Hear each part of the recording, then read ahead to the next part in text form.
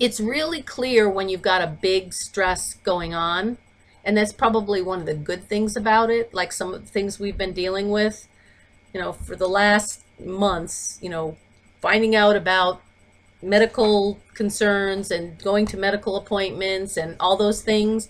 There was no question about what was the most urgent thing. It was easy.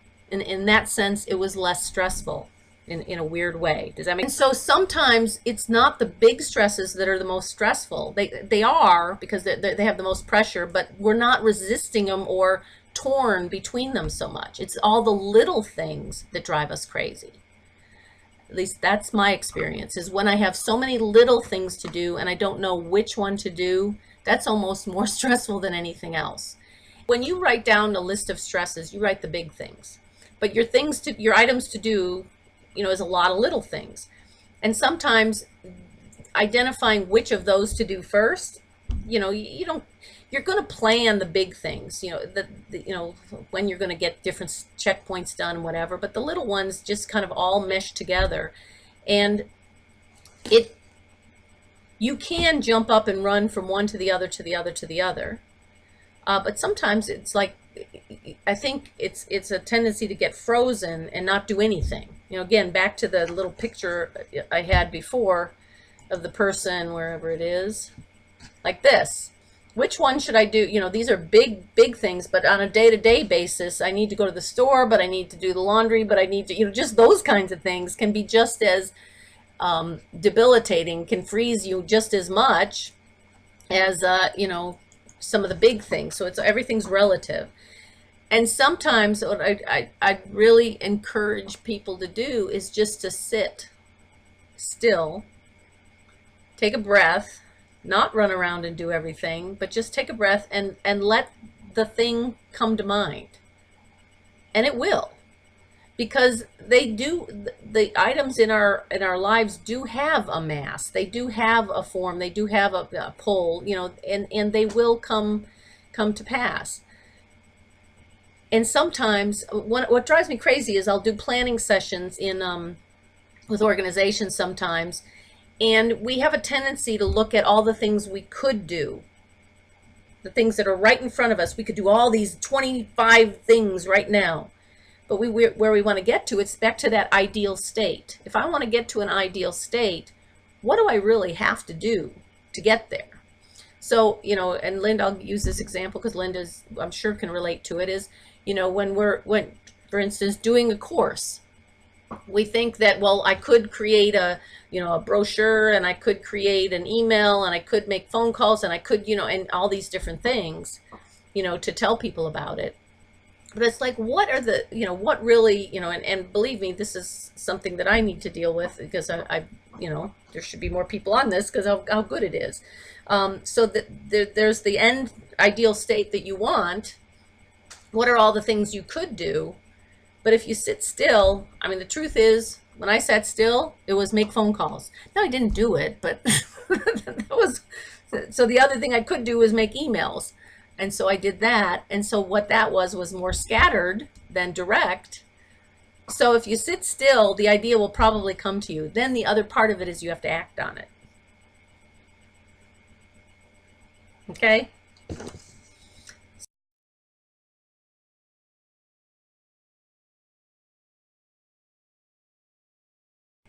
So if you look at all these different areas of your life, you want to look at the stresses in all of them, and you should have something going on in all of them. But which ones are the stressful ones, and which ones, so which ones really do feel like they're pulling you in all kinds of different directions, or they're stressful, or there's something wrong with, the way they are, and identify an ideal state. So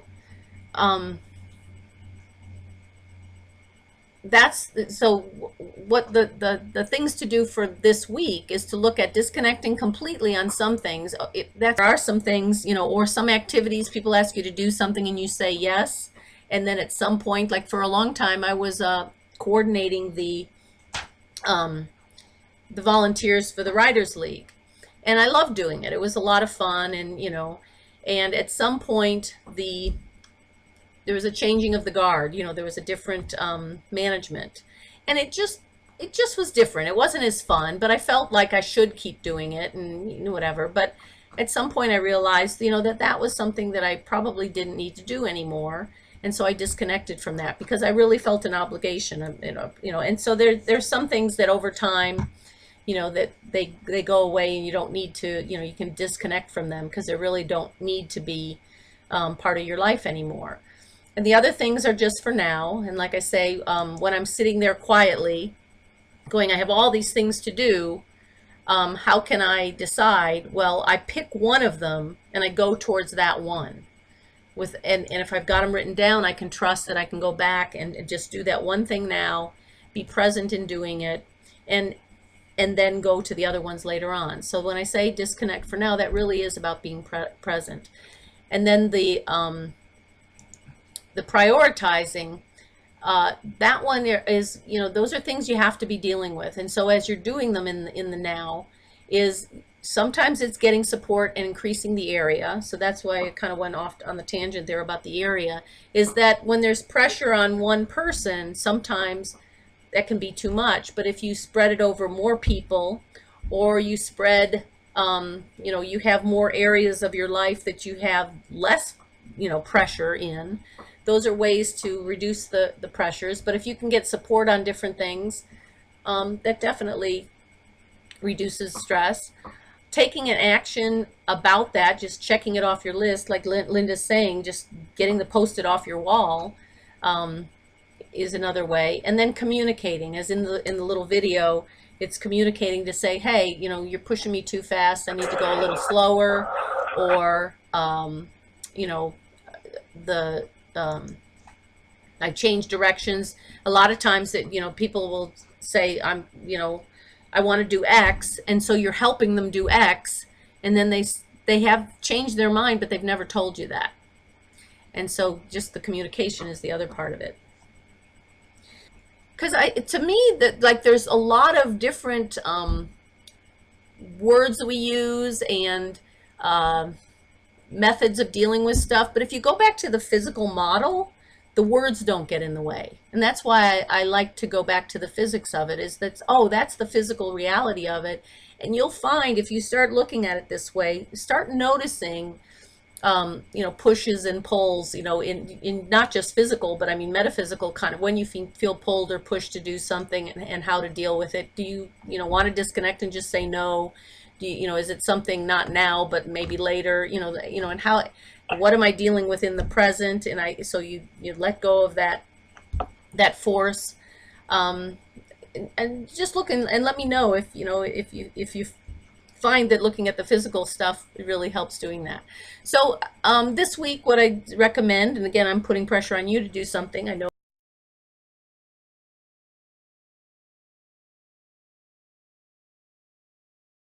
If you review the sources, the sizes, and urgencies of what you're dealing with, writing them down gets them away from you, but it also helps you put together a prioritizing and plan. And I've done this, with my list of things to do, and it helped me see some things. Determine strategies. Is it that I'm going to let go of it for now, let go of it forever, or prioritize it and take action, or communicate to somebody, or get somebody to help me with it? Those are some of those strategies. And then just throughout the week, it's reprioritizing over and over again. So there's one other thing, though, which is defining an ideal state. Because the next time, if you want to do, look at this again, the next time is, like I said, stress is not bad. Strain is bad. Strain is when there's too much stress. And so when I first was having troubles with stress-related illness, there was a guy that I was doing work for. I was doing some consulting work for, and he knew that I was struggling. And he said, well, you just need to, cut back on some of the things, the pressures you're dealing with. And I said, you want me to not do as good a job on your work? I don't think that's what that meant. And so that's not the case. It's a matter of how can we increase our capacity for stress, so that we don't get to the point of strain. And so one of the ways to do that is to have no goals and nothing you want to achieve. then you're not stressed because it's not pulling you. Because once you've set a goal, you recognize that that now is something that is causing you to feel kind of stressed to do something. So the question is, how can I define that ideal state and get there in the least stressful way possible? And the first thing is to define what that is. So that's, and I can tell you that writing those things down has enabled me to do much more than I ever would have done if I hadn't done that. And there, again, it's having the mass. So the other thing is defining an ideal state for all of these different areas of your life. So if you say, this is what the current state is, this is what the ideal state, what's the, what is it, we will identify what's the current state of my health and what do I want it to be? What is the current state of, and these are just ideas, it's not, but these are kind of the areas of life, really. What, as far as creative expression, am I writing, Linda, I know probably you're writing things and, am I getting them out there? Or is the work I'm doing fulfilling? Or what am I doing for, so you can go through all these different things and say, I'm involved politically, I'm not involved politically, I want to be, I don't want to be, I know, some are, some aren't. But those are the kinds of things that also we can identify to create the life that we want, is creating what that ideal scene is, and then looking at how to do that where you're experiencing the pressures to do that, but it's not causing stress. So you're not resisting, you're not, and looking at some of those things in that way. Okay? The internal stresses, we're going to cover that not next week, but the week after. The internal shoulda, woulda, coulda stresses are just fascinating. It's just fascinating. Those are the most insidious, really. The external demands, really, it's okay. So somebody asks me to do something, I say yes or I say no. Really, right. I mean, that's how simple it can be. And if I say yes, I do it without resisting. That's how simple it should be. But we put all this extra stuff in there, all this extra drama. And there's also, I'll give you one other little tip thing, and then I guess time is up. But another thing that I do sometimes is when I'm making a decision, if you just sit there right now quietly and think to yourself, my name is Mary, Linda, Susan, my name, you just say your name, my name is, and you feel what it feels like in your body when you say your name, my name is, say your name, and you feel clear.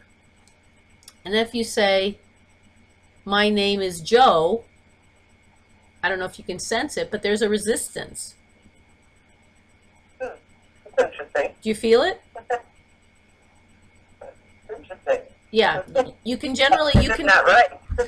And then so you can really kind of get yes or no answers from your own body that way. But then there's sometimes that it's either it's not clear or it's fear. And that's different. So, for a clear yes or no is if you start kind of, your body is a meter. And so if you kind of get a sense of, this is the feeling I get when it's clear, it's a yes, or this is the feeling I get when it's a no. But fear is a different one, and there isn't an answer yet. Those are different. Sometimes it helps in making a decision. Weird, huh? Our bodies are good meters. Anyway, well, I hope this was valuable. Feel free to ask me questions and, whatever. Tell me what you think, and